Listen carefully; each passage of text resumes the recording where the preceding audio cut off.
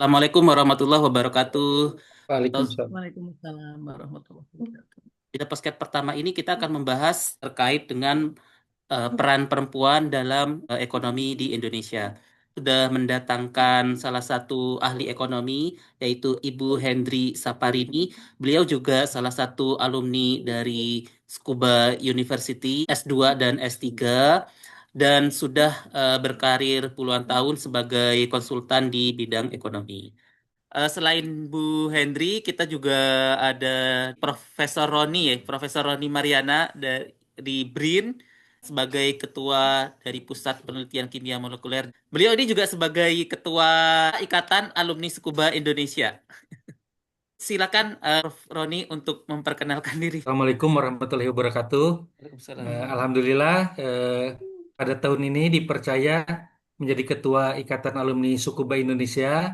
Insya Allah 3 tahun ke depan ya. Eh, Mudah-mudahan semangat kita alumni Sukuba untuk memberikan dampak dan juga memberikan masukan-masukan eh, baik kebijakan maupun peran-peran nyata kepada pemerintah dan juga kepada masyarakat.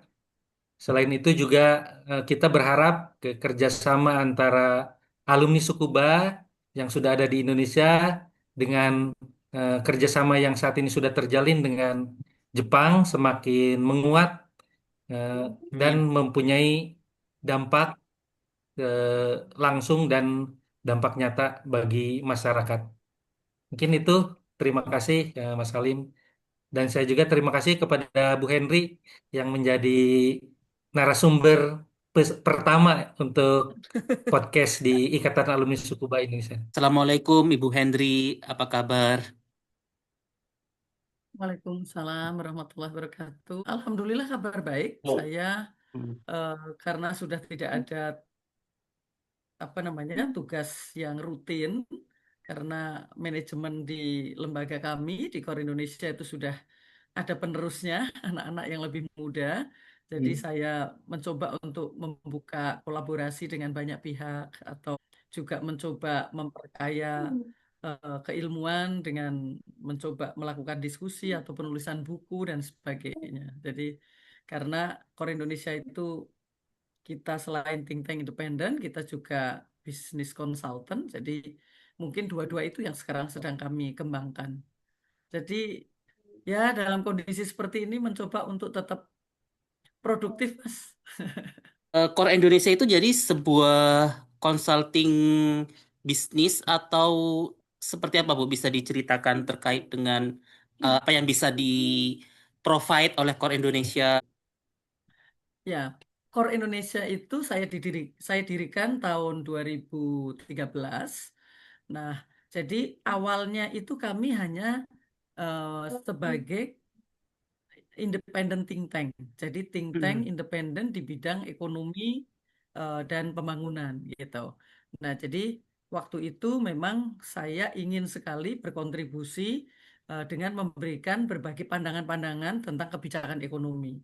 Maka namanya juga Core Indonesia. Memang kalau kepanjangannya Center of Reform on Economics gitu ya.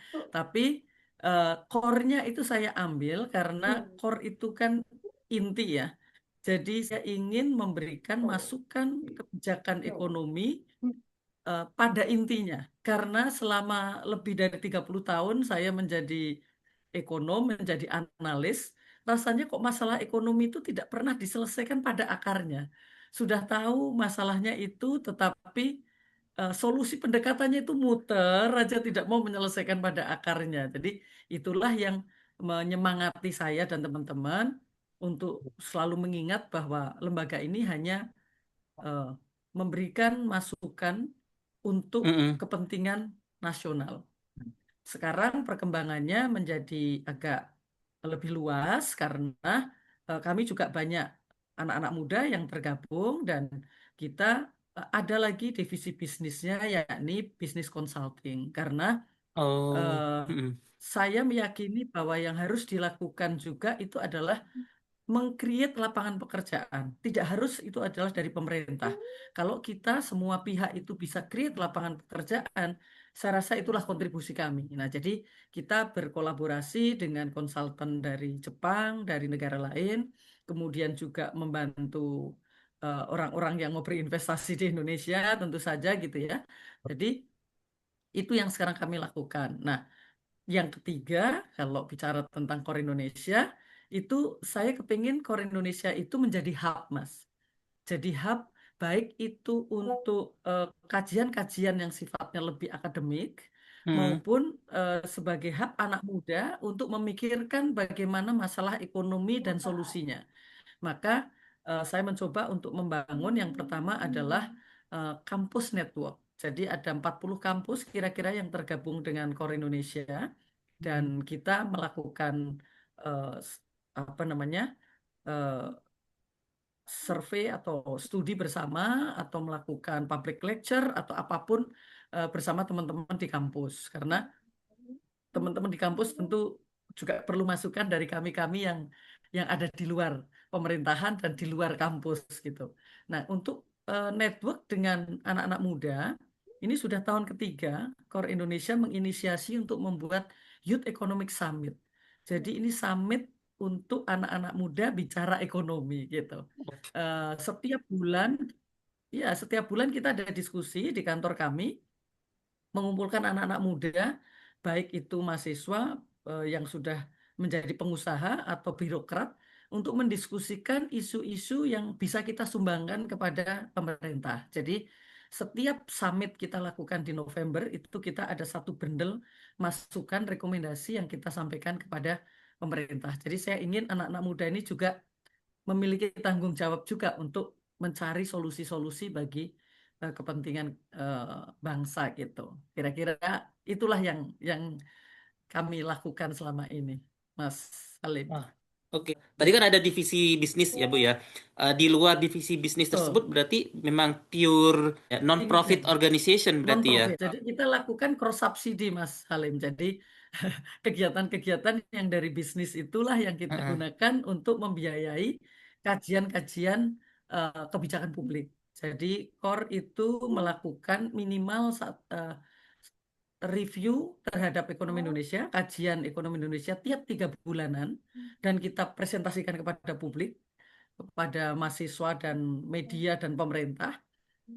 Makanya kita ada core economic outlook, ada core apa namanya quarterly review, ada core mid-year review. Jadi itu tanggung jawab kami sebagai seorang profesional untuk memberikan kajian ini kepada seluruh stakeholders. Nah, jadi kita juga melakukan apa namanya edukasi kepada publik lewat public lecture atau kita mendatangkan dosen-dosen dari luar atau juga kita melakukan eh, apa namanya kegiatan-kegiatan dengan eh, banyak pihak untuk mendorong diskusi tentang kebijakan publik yang memang perlu kita review atau kita respon gitu, Mas.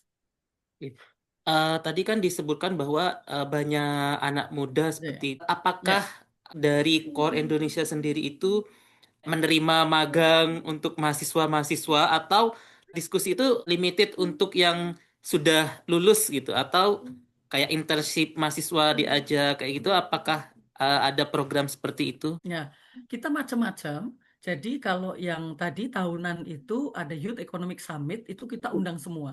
Anak muda membicarakan outlook ekonomi ke depan.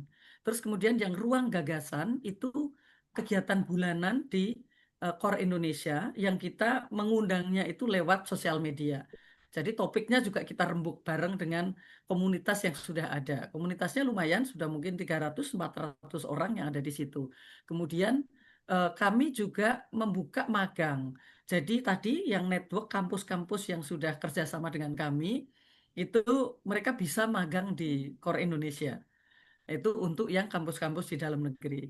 Nah, kerjasama dengan beberapa kampus dari luar negeri, kita ada dari Australia, kemudian juga dari Jepang gitu.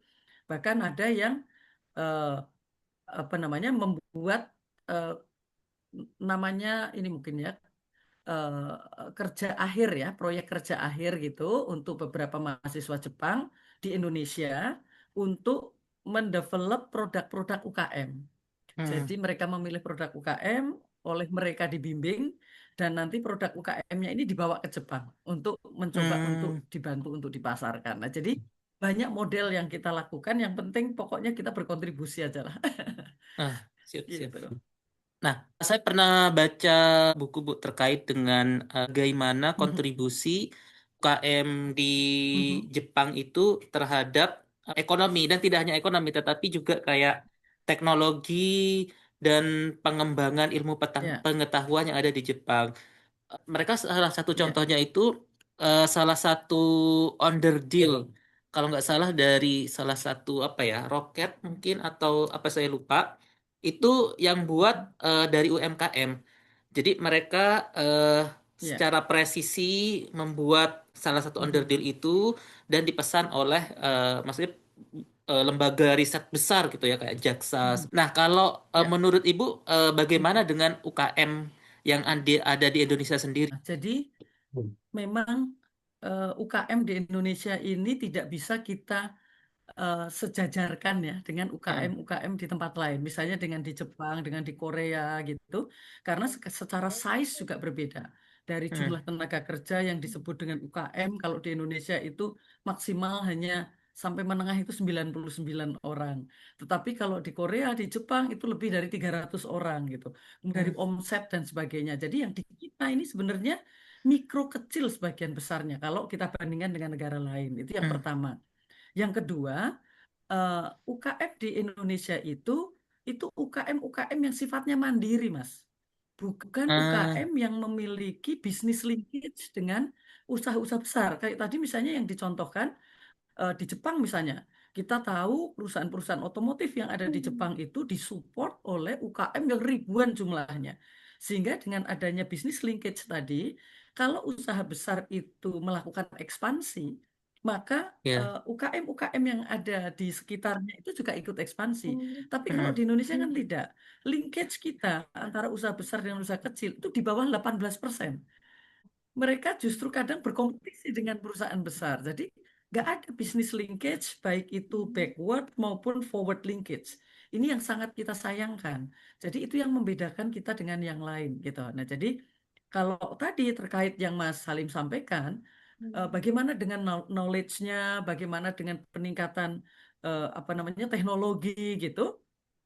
Kalau kita lihat kalau di Jepang itu kan mereka misalnya IT itu di UKM di Jepang mereka disupport oleh perusahaan-perusahaan besar dan sudah hmm. ada mekanismenya.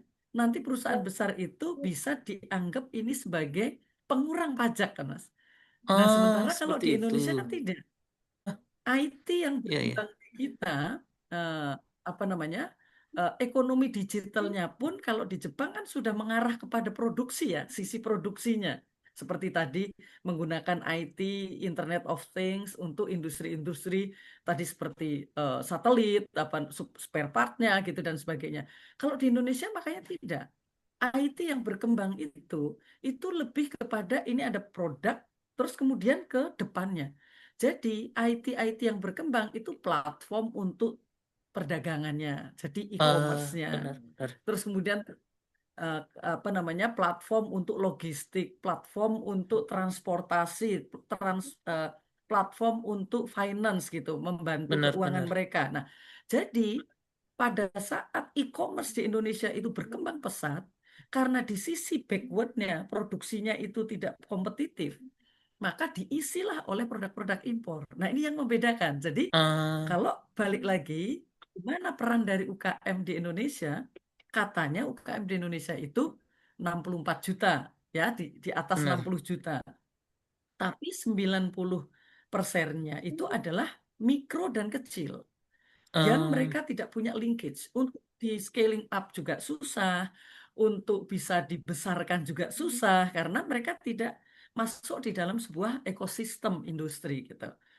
Nah, jadi ini mungkin yang beda, makanya porsi ekspor UKM Indonesia itu kecil sekali.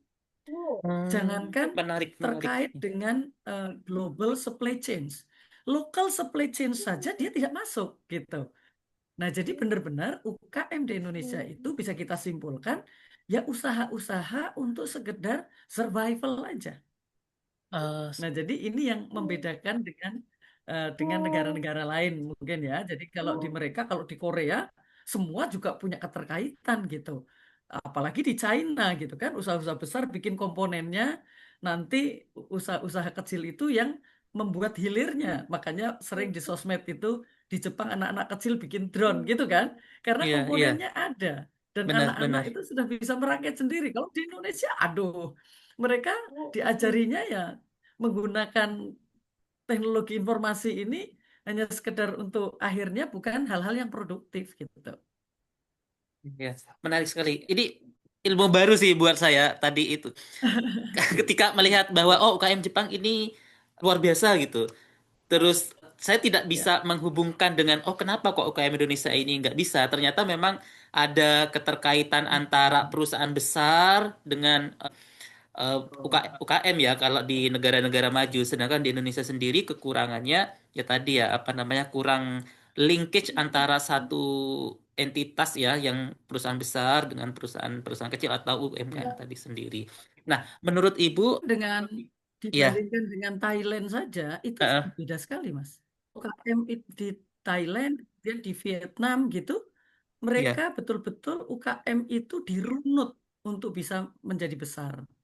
Jadi mereka mulai UKM yang hanya untuk survival itu adanya di Kementerian Dalam Negeri. Tapi nanti kalau mm, UKM itu sudah bisa di-rating dan mendapatkan 1 bintang, maka mereka sudah didorong untuk bisa lebih kompetitif dan bisa ada scaling up.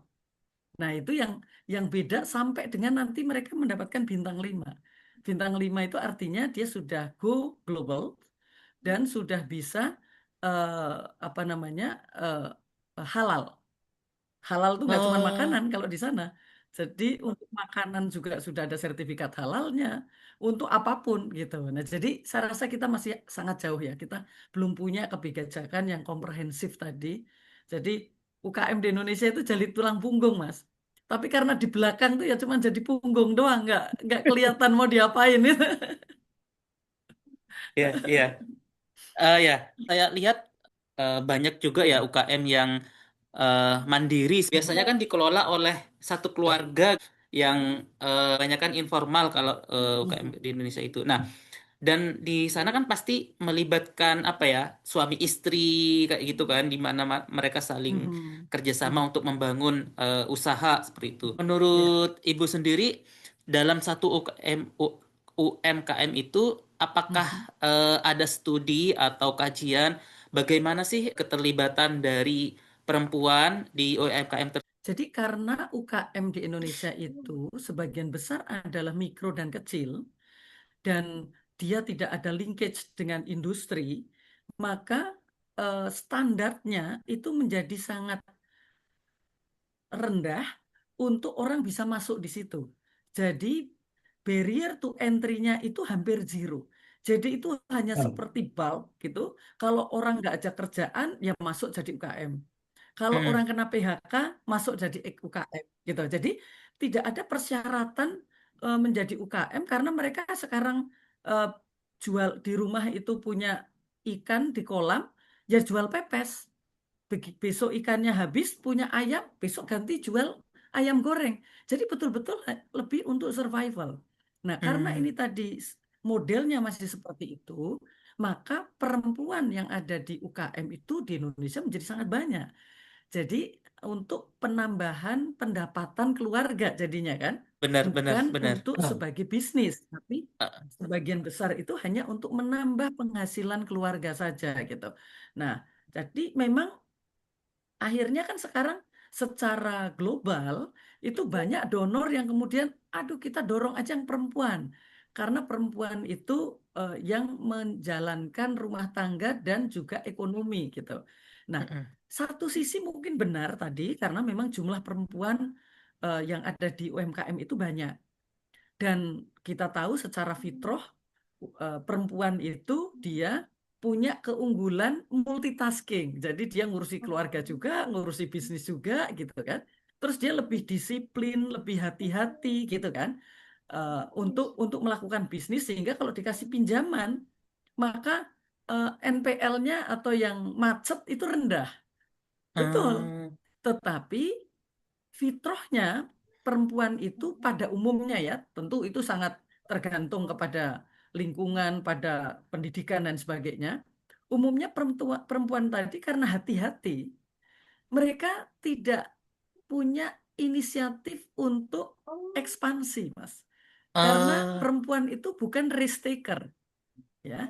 Perempuan bukan risk taker dan perempuan itu bukan yang kompetitif. Jadi lebih amannya aja deh gitu loh. Itu fitrahnya begitu. Nah, oleh karena itu semestinya kalau kita akan mendorong UKM tadi yang porsinya terhadap PDB itu sekarang udah sangat besar.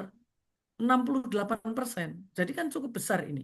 Nah, jadi mestinya memang harus ada kebijakan yang komprehensif tadi, tapi untuk pelaku UKM tidak perlu membedakan antara perempuan dan laki-laki. Karena laki-laki itulah yang punya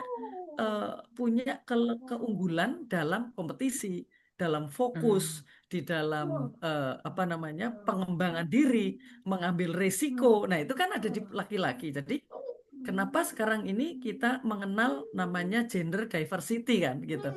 Nah, jadi memang harusnya pengelolaan UKM pun sebagaimana perusahaan-perusahaan besar diperkenalkan ada gender diversity gitu. Jadi yang menentukan, yang merencanakan, yang melaksanakan itu ada laki-lakinya, ada perempuannya. Karena mm-mm. masing-masing ada keunggulan gitu. Nah, jadi itu yang saya lihat ternyata di banyak negara tuh begitu. Jadi mereka tidak kemudian UKM yang didorong hanya yang wanita saja tidak. Karena wanita juga sekarang ya kalau kita lihat kan perempuan itu punya talent juga atau punya prestasi yang levelnya tidak kalah dengan laki-laki gitu kan ya. Hanya mungkin karena spesifik dari karakteristik apa namanya perempuannya itu kalau kita lihat dari sisi profesi kan akhirnya mengerucut ya. Ya, Walaupun benar. perempuan itu bisa kerja di apapun, tapi kalau di Indonesia kan akhirnya yang terbanyak itu apa sih perempuan itu ya jadi perawat lah gitu kan Mas. Iya, Di benar, Indonesia itu benar. delapan puluh lima Mm-mm. persen yang jadi perawat. Terus kemudian jadi apa namanya guru, terus bagian administrasi gitu. Itu kalau di Indonesia begitu. Kita mungkin bandingkan dengan negara lain mungkin tidak. Jadi kalau pengajar itu hampir 70% itu perempuan. Administrasi itu kalau di Indonesia 70% lebih itu perempuan gitu.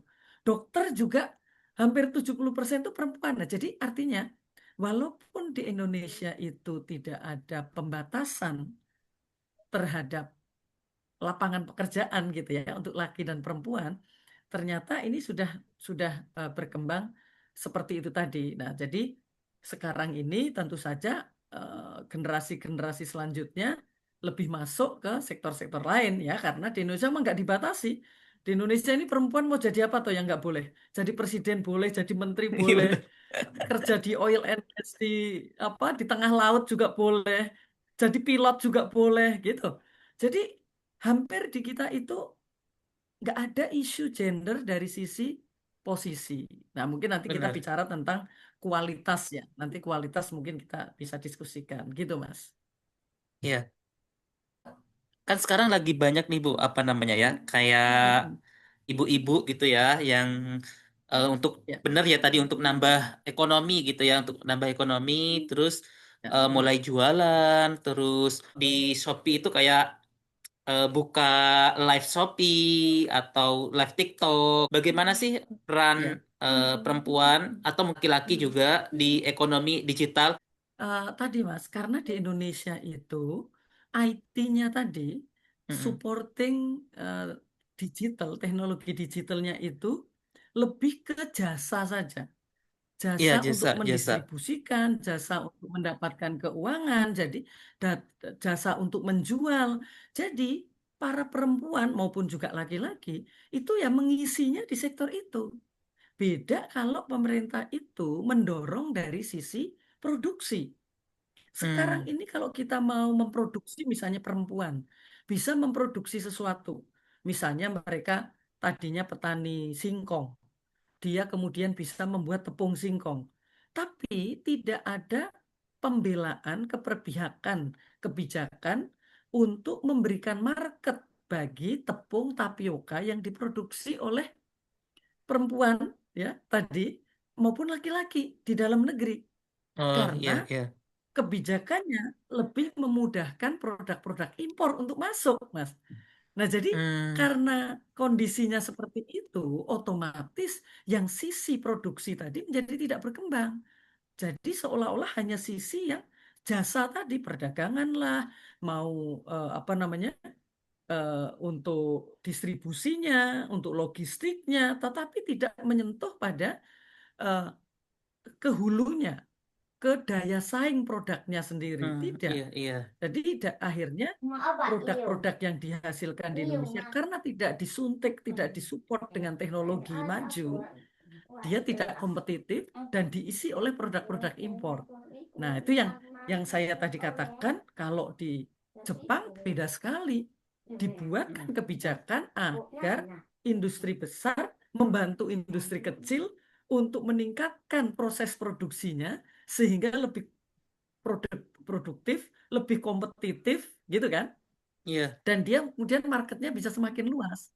Nah, gitu. Hmm, Nah, jadi hmm. ini sebenarnya yang menjadi permasalahan yang besar bagi Indonesia gitu. Ya, tadi kan Jadi kalau perempuan-perempuan tadi didorong di sisi produksi misalnya, Mas, mereka iya, sudah bisa nih bikin pepes. iya. Tapi nggak ada tuh teknologi untuk menjadikan pepes tadi di frozen tahan. Kampus juga membantu untuk membuat frozennya itu kualitas tinggi bisa diekspor kan nggak ada. Jadi akhirnya ya bikin pepes untuk dibuat hari ini untuk hari ini gitu. Iya.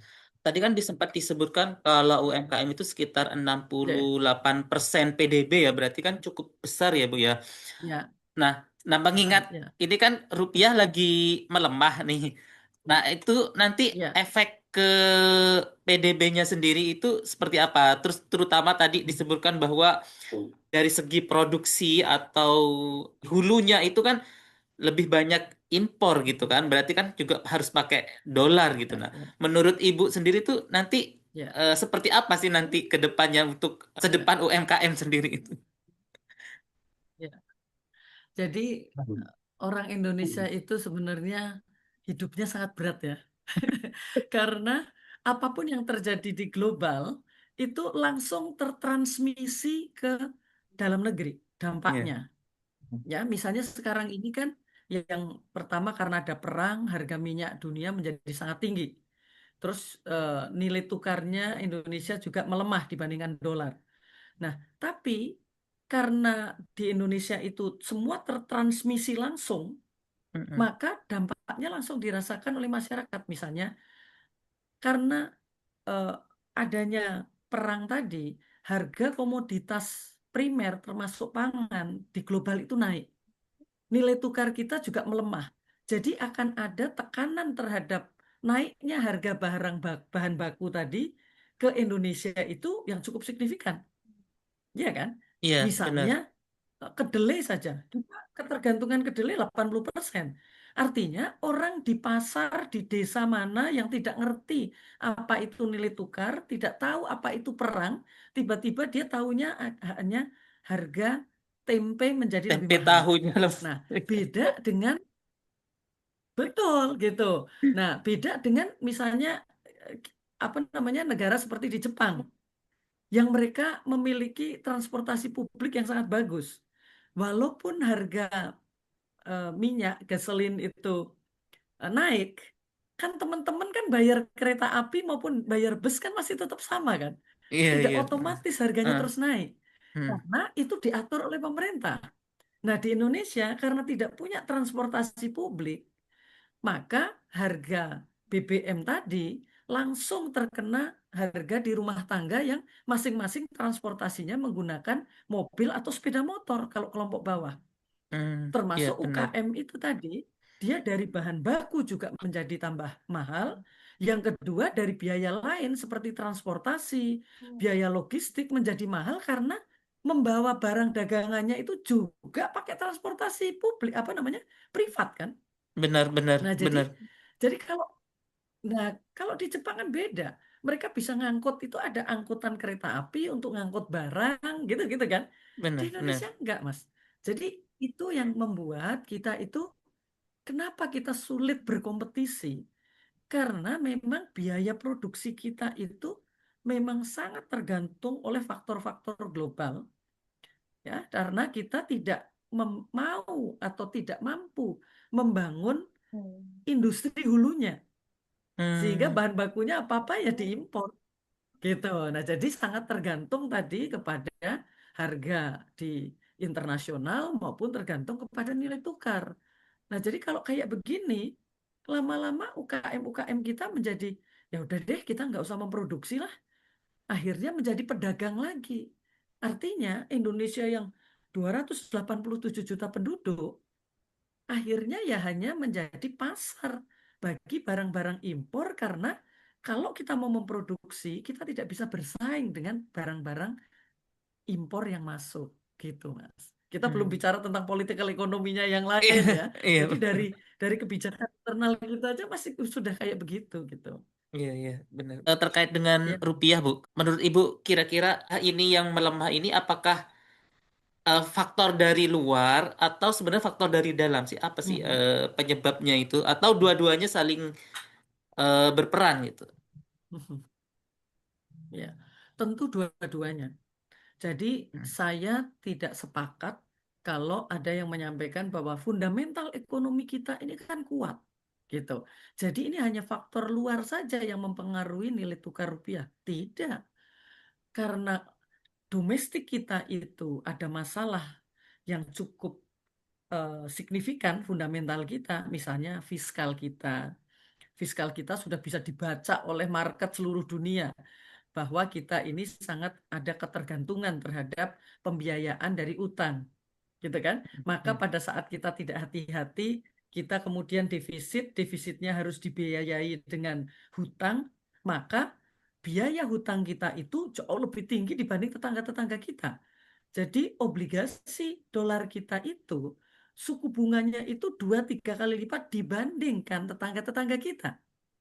Jadi Hmm. mungkin Vietnam, Malaysia itu juga dibiayai dengan utang global. Tapi mereka Hmm. cukup memberikan yield atau eh, imbal hasil itu Hmm. cukup 2-3%.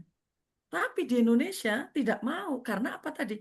Ada risk yang besar di Indonesia dibandingkan dengan negara-negara lain. Nah, jadi kalau kita Hmm. pengelolaan APBN-nya benar, tidak ada risiko, makanya risikonya kan lebih kecil. Terus kemudian publik juga tahu ini kok di sektornya itu tidak hanya di sektor fiskal nih, sektor swastanya juga ini mengkhawatirkan nih karena kebijakannya itu tidak konsisten gitu. Kan orang juga Hmm. mau berinvestasi di Indonesia tidak berpikir lagi wait and see lagi. Nah, kalau memang mereka investasi portfolio maupun realnya tidak langsung masuk, maka pasokan dolar maupun valuta asing yang lain kan menjadi menipis. Nah, itu yang membuat juga nilai tukar kita menjadi semakin sulit untuk bisa bertahan gitu. Nah, jadi menurut saya ini tidak hanya masalah global ya, yang tadi karena ada perang, karena ada geopolitik, ada geoekonomi gitu. Tetapi domestik kita itu ya kalau kita orang Indonesia kita ngerti lah ada hal-hal nih yang dikhawatirkan oleh pelaku-pelaku global terhadap ekonomi kita gitu. Betul tadi yang ditanyakan Mas Halim ya, selain rupiah tertekan juga kita tahu IHSG juga sekarang kan 6.700-an ya, awal-awal tuh dari 8.000 gitu ya Bu. Ya. Nah, mungkin menurut Bu Henry sendiri, kira-kira langkah-langkah apa yang harus dilakukan oleh pemerintah untuk menahan pelemahan rupiah dan sekaligus juga IHSG ini kan katanya ada hubungannya dengan kepercayaan investor. Ya. Nah, kira-kira seperti apa sih Bu langkah-langkah yang harus dilakukan gitu? Iya, jadi eh, apalagi kalau kita bicara tentang pasar saham, pasar uang, gitu, pasar obligasi, itu kan sebenarnya eh, ini adalah investasi atau sektor keuangan yang sangat lekat dengan persepsi, bukan Hmm. terkait dengan realnya, gitu. Hmm. Nah, jadi kalau begitu, kalau persepsi itu tidak dikelola, maka mereka kan keputusan digerakkan oleh persepsi. Hmm, Jadi kalau misalnya tadi, wah di Indonesia itu ternyata market menilai bahwa terlalu banyak alokasi untuk MBG yang itu nanti tidak ada return investment jangka panjang di Indonesia yang signifikan. Tapi hmm, ini justru berisiko nanti akan menambah defisit. Maka itu kan akan terrefleksi kepada mereka yang mau berinvestasi, baik hmm, investasi langsung untuk membangun pabrik dan sebagainya, maupun investasi di pasar saham tadi. Jadi hmm, yang ada mereka tidak hanya menahan untuk berinvestasi, tapi ada capital outflow.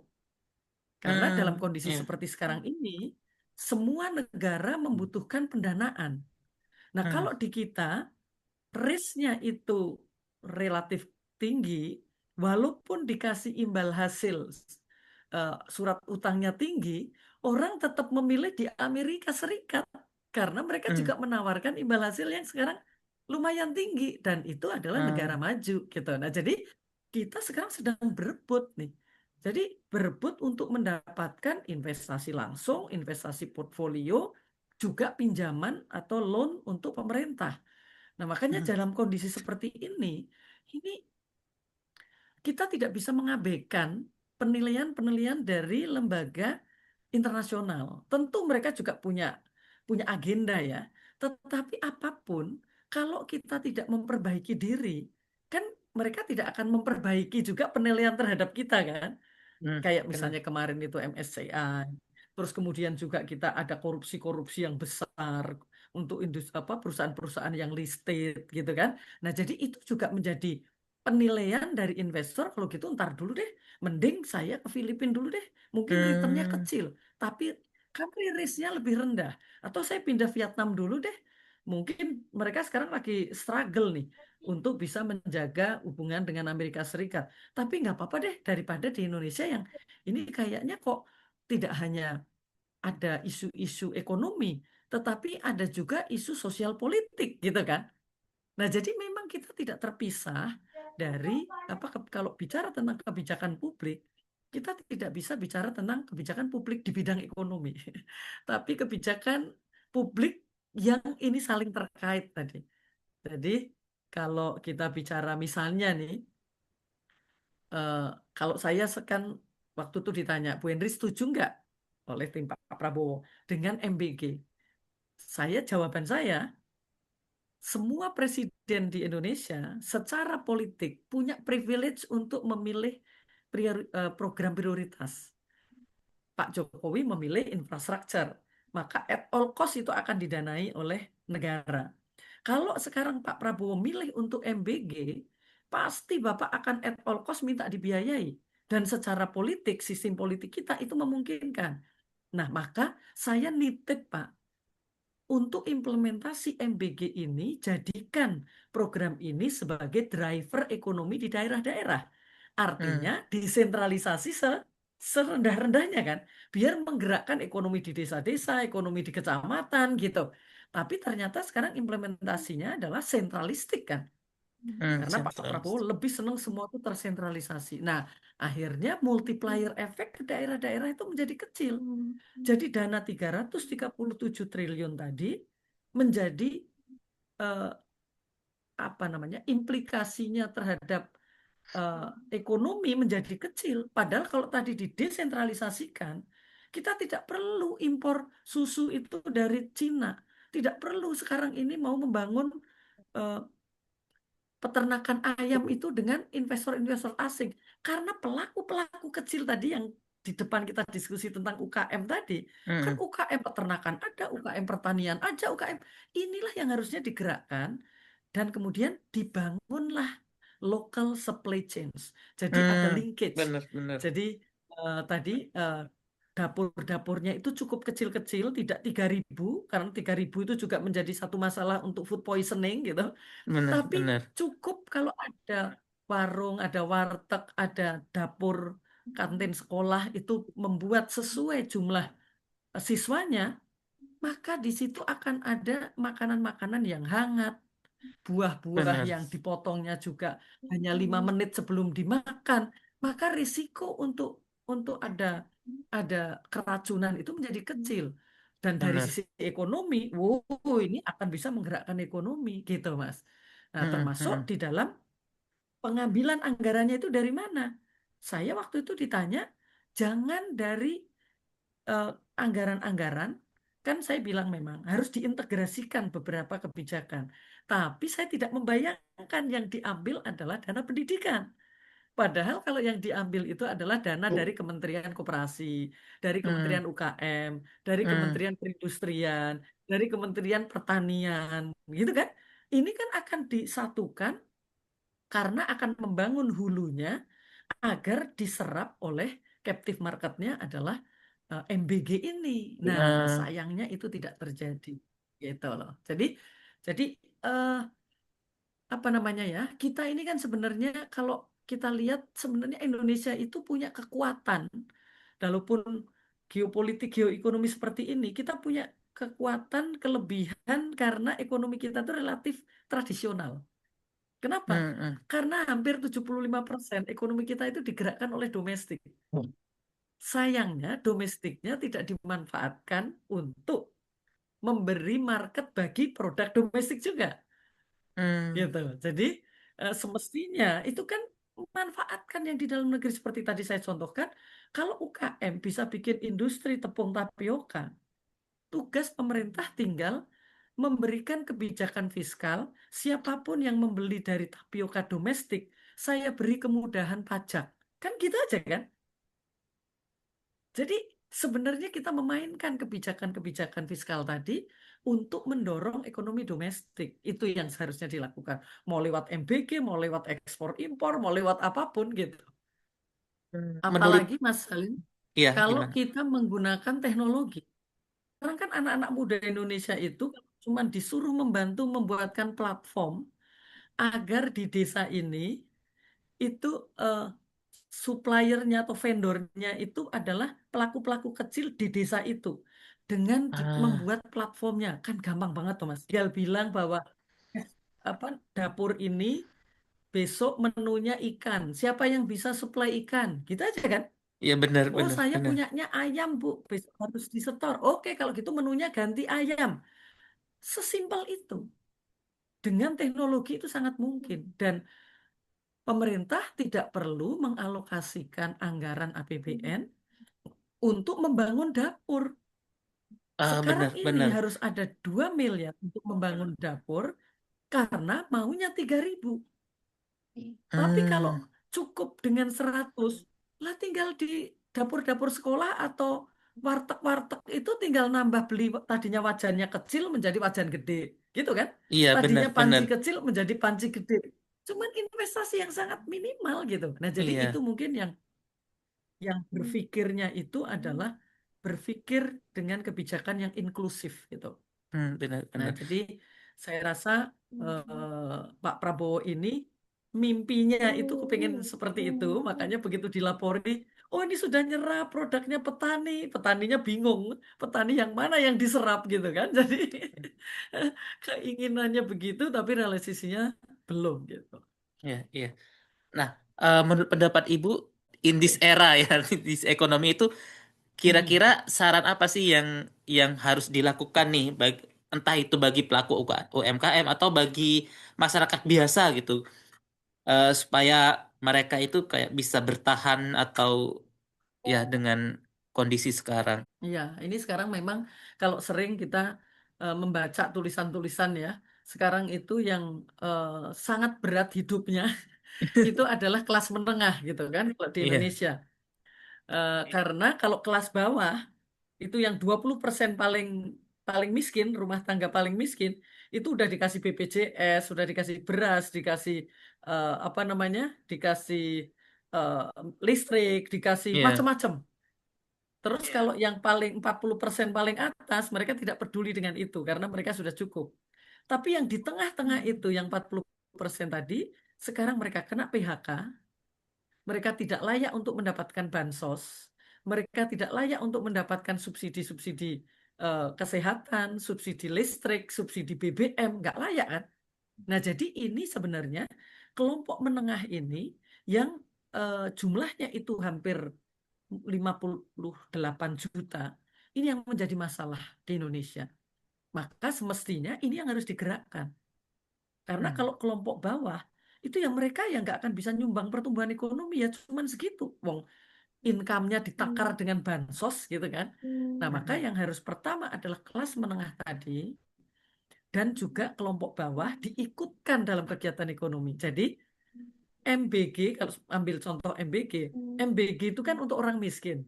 Hmm. Tapi orang miskinnya kan tidak perlu hanya sebagai objek toh. Dia bisa juga dilibatkan sebagai subjek. Dia miskin, anaknya dapat MBG, tapi dia sendiri sebagai pelaku untuk mendapatkan tambahan income dengan jualan bayam di dapur-dapur sekolah tadi. Nah, konsep yang seperti itu kebijakan ekonomi yang mendasarkan kepada konstitusi kita ada demokrasi ekonomi. Jadi yang bisanya nanam bayam, ya suruh ikut nanam bayam. Yang bisanya nanam jagung, suruh nanam jagung. Pemerintah tinggal yang berpikir untuk menjadi off-taker, untuk menjadikan nilai tambahnya lebih tinggi dan sebagainya. Nah, kelas menengah ini, Mas. Jadi sebenarnya kelas menengah ini kan mereka punya skill ya. Hmm. Mereka punya Benar. skill, punya kemampuan, punya knowledge dan sebagainya. Yang tidak ada itu adalah opportunity. Nah, sekarang kalau mereka itu diikutkan dalam proyek-proyek pemerintah tadi, misalnya dalam MBG dia ada di mananya, terus di dalam Koperasi Merah Putih ada di mananya, dalam membangun industri ini ada di mananya. Nanti kan kalau kita lihat sebenarnya aliran dana-dana investasi kelompok apa yang skillnya itu adalah menengah yang masuk ke Indonesia itu banyak. Cuman kita tidak mudah untuk menangkap investasi tadi. Jadi artinya dari pendanaan kan masih ada. Yang tidak ada itu adalah kesempatan. Mereka Hmm. mau bikin peternakan ayam. Sekarang ini apa namanya sudah ada Danantara mau bikin peternakan ayam besar. Ini kan salah banget kan. Hmm. Mereka mau bikin industri manufaktur tekstil dan turunan tekstil. Tiba-tiba Danantara mau bikin industri tekstil. Ini yang menurut saya perencanaan kebijakan ekonomi yang tidak direncanakan secara komprehensif. Urusan Danantara yang lain gitu. Banyak sekali yang bisa dilakukan. Tapi tadi kalau untuk support MBG tiba-tiba Danantara mau bikin peternakan, mau bikin ini, wah itu menurut saya udah salah kaprah. Karena tidak menggunakan paradigma demokrasi ekonomi atau ekonomi yang inklusif tadi, Mas. Hmm. Nah, ini yang semestinya eh, pemerintah berpikir keras ya. Jadi kalau mau ada investasi masuk, ini kan investasi di sektor pangan kan banyak banget. Mereka perlu apa sih? Perlu beras, perlu bawang merah, perlu bawang putih, kemudian perlu tepung singkong, perlu tepung kelapa, perlu tepung rumput laut. Inilah yang harus dibangun untuk mensuplai investasi-investasi yang masuk gitu. Nah, ini adanya di kelas menengah tadi. Nah, jadi Hmm. mungkin kalau sebagai contoh Mas ya, mungkin biar mudah. Kenapa di Indonesia ini menjadi ekonomi kok rentan sekali seperti sekarang ini? Karena kita lalai membangun industri. Itu kalau kita sering sebutnya adalah deindustrialisasi dini. Jadi setiap Hmm. negara pasti akan menuju kepada deindustrialisasi di mana sektor manufaktur perannya berkurang diganti dengan sektor jasa yang sudah mengadopsi teknologi tinggi, modal besar dan sebagainya. Tapi di Indonesia pada saat kita masih pada bonus demografi, pada saat anak-anak muda yang produktif sangat banyak, industri manufaktur yang bisa menciptakan lapangan kerja tinggi justru menurun porsinya. Tadinya tahun 2000 awal itu masih 32%, tetapi sekarang ini tinggal 18%. Nah, untuk pembanding, di Jepang itu dia lebih dari 2 dekade porsi industri manufaktur itu di atas 30-35%. Korea Selatan lebih dari 2 dekade juga mereka bisa menjadi negara maju karena industri manufakturnya itu dibangun dijaga dengan produktivitas tinggi. China lebih dari 3 dekade sehingga mereka maju. Nah, artinya kan sebenarnya kalau ditanya solusinya apa? Gampang. Ayo kita lakukan industrialisasi, gitu. Hmm. Kita mendorong sektor yang bisa create lapangan pekerjaan. Nah, itu yang menurut saya belum ada konsep yang cukup jelas untuk membangun itu. Iya, iya. Kebetulan kan saya di bidangnya itu di pulp dan kertas gitu. Pulp atau produk-produk itu yang dari kayu kayak itu. Kayu kemudian Mhm. itu kan diambilnya dari hutan tanaman industri ya. Kan karena kayu itu produktivitasnya lama ya, harus menunggu sampai benar-benar bisa dipanen gitu.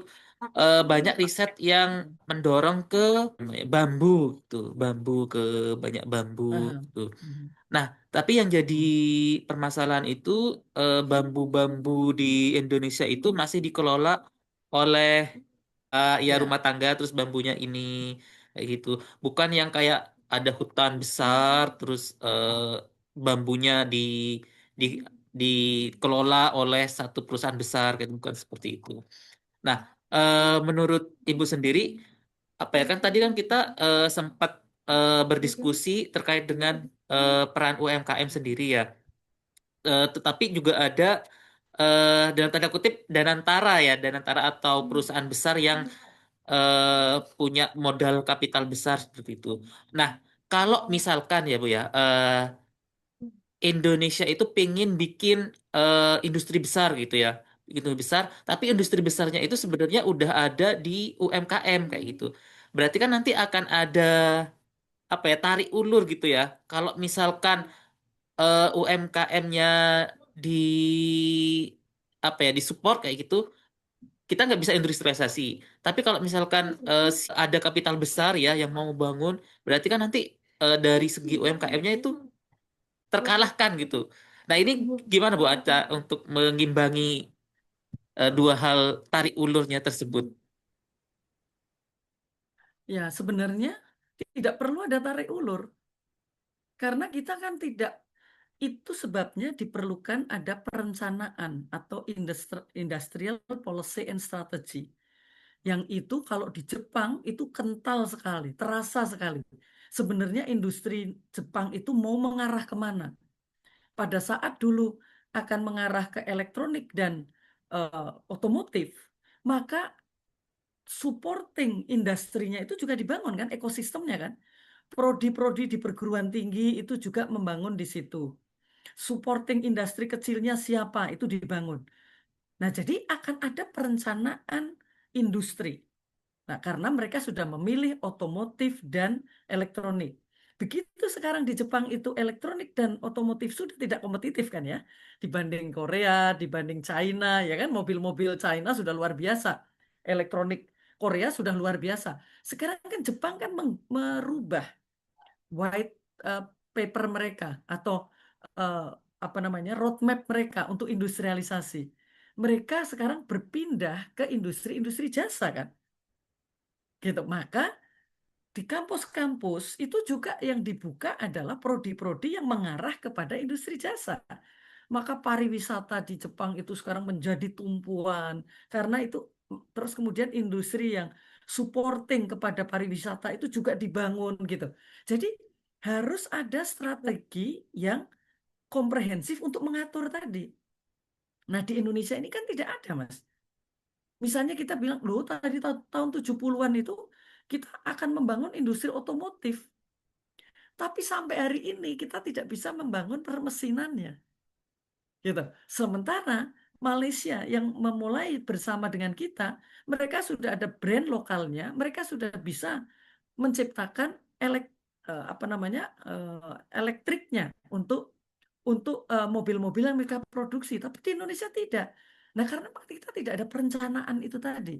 Jadi banyak sekali PR-nya ya. Jadi kita mau milih toh. Kita milih mau apa sih tadi misalnya. Oke, kita mau sambil menunggu kayu, sambil menunggu bambu, berarti industri itu akan menjadi prioritas karena menurut kajian begini-begini. Oke, sebelum itu, karena itu nunggu 5 tahun atau 10 tahun, yang kita kembangkan industri ini dulu. Nah, ini saya yang tidak ngerti adanya di mana. Apakah itu ada di Bappenas, terus ada di dokumen mana? Ini kan kita nggak ngerti. Jadi tidak bisa terlihat industri Indonesia itu mau mengarah kemana. Oh, hilirisasi sekarang. Oke, hilirisasi apa? Tambang. Jadi kalau hilirisasi kan harusnya menuju kepada industrialisasi. Tapi faktanya kan satu layer downstream industrinya udah langsung diekspor kan. Karena apa? Bargaining position kita terhadap investor lemah. Mereka mau investasi untuk mengambil tambang asal langsung diekspor ke negara mereka. Nah, jadi ini karena kita nggak ada perencanaan tadi, Mas. Jadi ya sudah, kita secara PDB itu kita tumbuh karena ada investasi masuk. Tetapi secara kualitas kita tidak punya, ya. Bahkan banyak investor sekarang yang mau masuk ke Indonesia di sektor pertanian.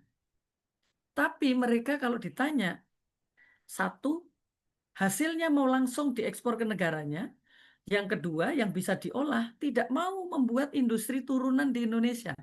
Lah, kalau ini investasi itu kita terima besar-besaran, secara PDB pertumbuhan investasi kita naik.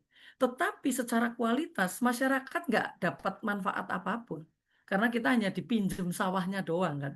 Gitu. Nah, jadi memang ini yang menurut saya perlu ada diskusi cukup mendalam. Ya, ini saya jadi teringat Bu, karena tadi kan disinggung terkait dengan perencanaan ya. Berarti kan itu kan tidak bisa hanya satu periode apa ya presiden gitu ya, kayak 5 tahun, 10 Ya, tahun bisa jadi beberapa ya, periode 20 tahun, 30 tahun seperti itu kan. Menurut Ibu betul. gimana Bu? Takutnya ya udah bikin nih 30 tahun, tapi karena ada perubahan pergantian politik kayak itu akhirnya harus membangun dari Ya, nol lagi, dari nol lagi, dari nol lagi gitu. ya, jadi gini Mas. Kalau Indonesia itu dari sisi perencanaan, aturan itu kayaknya nggak kurang. Karena kita punya juga RPJP, Rencana Pembangunan Jangka Panjang, itu 20 tahunan. Jadi kan kalau Pak Presiden berarti 4 periode ya, 4 periode gitu. Tapi kemudian kebijakan atau sistem politik yang lain, setiap presiden itu membuat janji. Nah, janji politiknya itu diturunkan pada RPJMN, Rencana Pembangunan 5 tahun. Yang itu yang menjadi prioritas 5 tahunan ini tidak nyambung dengan yang 20 tahun. Jadi itu yang membuat kita sebenarnya punya rencana pembangunan jangka panjang, tetapi Presiden tidak mau menginduk kepada RPJP pada saat membuat janji politik. Sehingga wajar saja kalau kemudian ini nggak nyambung, apalagi kalau 5 tahun ganti, 5 tahun ganti, 5 tahun ganti itu poco-poco kan, maju mundur aja gitu. Jadi mulai dari awal lagi. Nah, jadi dari situ memang ini memang harus ada perubahan dari politik ya. Dan satu lagi selain perencanaan itu adalah posisi menteri ya. Kalau di Indonesia itu menentukan kebijakan institusinya. Kalau di Jepang itu udah dibuat oleh birokrasi. Sehingga level menteri itu hanya political appointee kan. Jadi hanya karena itu penugasan politik. Tapi tidak akan merubah kalau MITI itu sudah bikin perencanaan kayak gini. Tidak bisa menterinya tiba-tiba membatalkan tadi roadmap 5 tahun. Nggak bisa. Nah, jadi itu juga yang membedakan di Indonesia kenapa jadi seperti itu tadi. Jadi perencanaannya harus dirubah, tetapi perubahan itu juga tergantung pada sistem politik tadi. Nah, jadi ini kita memang kalau tiba-tiba aduh kok Pabaliut gini ya, ini kayaknya kok no hope gitu ya. Nah, tapi apapun ya kita harus ada diskusi seperti ini biar kita kira-kira kan ada hope lah gitu terhadap berbagai permasalahan yang kita hadapi. Ini kan Indonesia lagi bonus demografi ya. Mungkin waktu Ya. saya tua udah mulai turun gitu ya. Ini ya demografinya kayak gitu. Kira-kira menurut Ibu sumbangsi apa sih bagi kita eh, anak-anak yang muda ini supaya nanti ibaratnya itu tidak membuat Indonesia itu tua sebelum jadi kaya gitu. Intinya kan kalau demografinya turun kan berarti kan tua sebelum jadi kaya kan, mending kaya dulu baru tua gitu. Tapi ini tua sebelum jadi kaya gitu. Kira-kira yang menurut Ibu itu perlu nih dilakukan oleh anak muda. Iya, jadi memang eh, kita harus iri dengan negara-negara lain yang tidak perlu harus memikirkan kita seperti apa gitu. Tinggal kita mengembangkan diri dan memanfaatkan peluang yang ada. Tapi kalau tadi kita udah diskusi, ruang kita untuk melakukan sesuatu itu kan menjadi sangat terbatas ya. Tapi apapun ini masih harus ada eh, kesempatan-kesempatan yang bisa dilakukan. Minimal kalau kita sebagai anak muda harus menyiapkan diri untuk mengambil kesempatan. Itu dalam kondisi Indonesia seperti ini. Kan kesempatan itu tidak harus juga di Indonesia dulu, Mas. Kesempatan itu bisa juga di seluruh wilayah di dunia ini yang bisa mereka bisa berkontribusi produktif dan setelah itu ikut memikirkan di dalam negeri gitu. Nah, jadi menurut saya ya peluang itu banyak kok yang bisa dilakukan walaupun kondisi sekarang sesempit ini. Misalnya untuk melakukan sesuatu yang produktif di daerah. Marketnya itu dalam kondisi perkembangan teknologi yang sangat luar biasa. Marketnya tidak hanya di dalam negeri, tapi bisa di luar negeri. Tapi perlu ada kemampuan knowledge kita untuk membaca market global itu apa sih? Peluang global itu apa? Bagaimana saya bisa meningkatkan kapasitas saya untuk melakukan itu? Makanya tadi saya bilang, jadi orang Indonesia itu berat gitu. Karena dalam kondisi bonus demografi seperti ini, kalau negara lain dulu itu sudah disiapkan kan, disiapkan dia bisa masuk di sini, yang pendidikan ini masuk di sini. Nah kalau di Indonesia kok tidak ya harus mikir sendiri. Tapi apapun kita ini kebetulan menjadi negara yang sangat majemuk ya. Nah kelebihannya itu kreativitasnya itu di atas negara-negara yang masyarakatnya itu homogen. Nah jadi creativity itu juga menjadi keunggulan yang kita miliki gitu. Nah jadi eh, kalau saya ditanya, Bu, terus gimana dong dalam kondisi kayak gini? Ada hampir 10 juta anak yang berpendidikan tidak bisa kerja, nggak bisa, training nggak bisa, sekolah juga nggak bisa, gitu. Gimana kalau kabur aja dulu? Kalau saya apalagi pakai dulu, berarti ya kabur. Dulu tuh berarti nanti balik lagi. Nah, kalau saya jadi pemerintah, saya akan fasilitasi anak-anak muda saya untuk menunggu waktu kita itu membutuhkan tenaga kerja tadi dengan teknologi. Saya support mereka. Artinya, carikan lapangan pekerjaan yang layak buat mereka di seluruh negeri ini, di seluruh dunia ini. Tambahkan dengan teknologi, maka kita akan bisa memonitor anak-anak muda kita ini. Oh, yang satu sudah di Jerman, berapa lama? 5 tahun. Terus mereka keterampilan yang dimiliki apa? Ini. Database itulah yang akan kita jual kepada investor. Karena sebenarnya pada dasarnya orang Indonesia itu kalau sama-sama enak ya mending di negeri sendiri kan, gitu. Nah jadi ini harus ada strategi yang memang cukup komprehensif, gitu. Jadi selama ini kan anak-anak muda kita yang sudah berkiprah di luar negeri kalau ditanya database mereka ada di mana? Karena banyak anak muda kita yang bekerja di misalnya semikonduktor di berbagai negara. Tapi kita tidak punya database-nya. Pada saat ada investor mau masuk, kita nyari, oh nggak ada nih SDM-nya. Padahal itu tinggal kita hubungi lagi untuk kembali menggunakan teknologi tadi yang bisa membuat database tadi. Nah, jadi memang tetap harus mencari apa yang bisa dilakukan gitu ya secara pribadi, tapi juga ada kewajiban tadi yang saya sebutkan. Kenapa di core itu ada diskusi anak-anak muda, ada kewajiban anak-anak muda juga untuk mendesak pengambil kebijakan agar kebijakan yang dibuat itu favorable bagi mereka gitu. Jadi mereka kerja kerasnya itu ada manfaatnya. Tapi kalau kebijakannya tidak support, kerja keras tapi habis itu nggak ada solusinya, tetap nggak ada ruang karena tidak cukup hanya kerja keras saja. gitu Mas. Ya, terima kasih Bu Hendri atas waktu dan inspirasi-inspirasinya tadi. Insya Allah kalau ada kesempatan lagi, semoga kita bisa ketemu lagi di waktu dan kesempatan yang lebih baik. Terima kasih. Assalamualaikum warahmatullahi wabarakatuh. Insya Allah. Insya Allah. Waalaikumsalam warahmatullahi wabarakatuh. Waalaikumsalam Terima warahmatullahi kasih wabarakatuh. banyak. Ya. Terima kasih Bu Henry.